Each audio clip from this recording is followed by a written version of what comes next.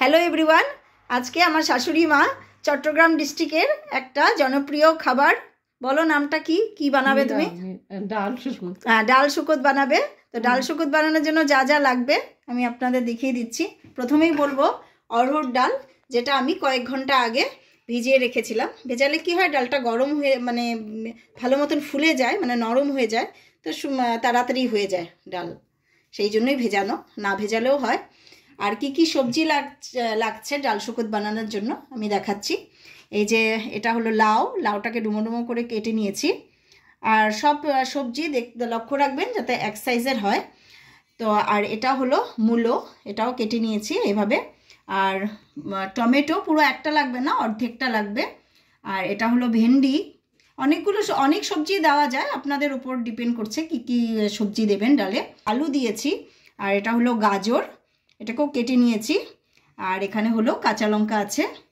আর এখানে ধনে পাতা নামানোর আগে দেব। আর সাথে পাঁচফোড়ন 1 চামচ দিয়েছি, এটা আন্দাজ মতন দিলেই হলো। শুকনো লঙ্কা।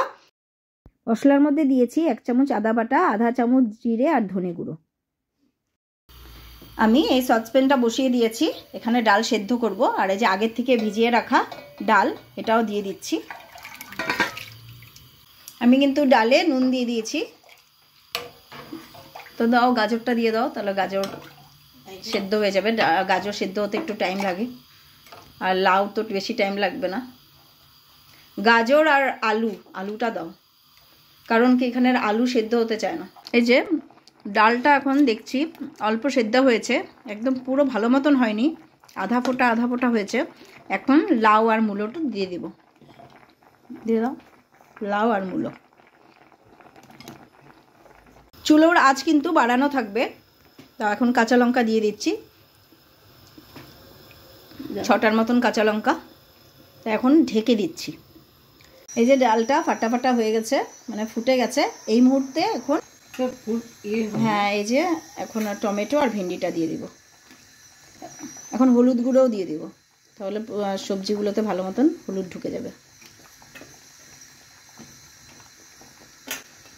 এটা চট্টগ্রাম ডিস্ট্রিক্টের খুব জনপ্রিয় একটা খাবার, এটা আমার শ্বশুরবাড়ির খুব প্রিয় খাবার। এঁচড়ের তরকারি আমরা ফেসবুকে দেখাবো, লাইভ দেখাবো, আপনারা অবশ্যই দেখবেন, আমি টাইমটা জানিয়ে দেব।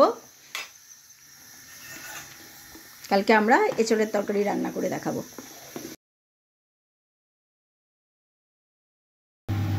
কড়াইতে সরষের তেল দিয়ে এবার শুকনো লঙ্কা ফোড়নে দিয়ে দিচ্ছি।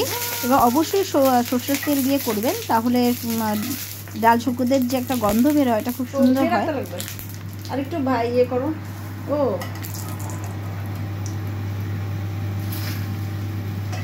হ্যাঁ,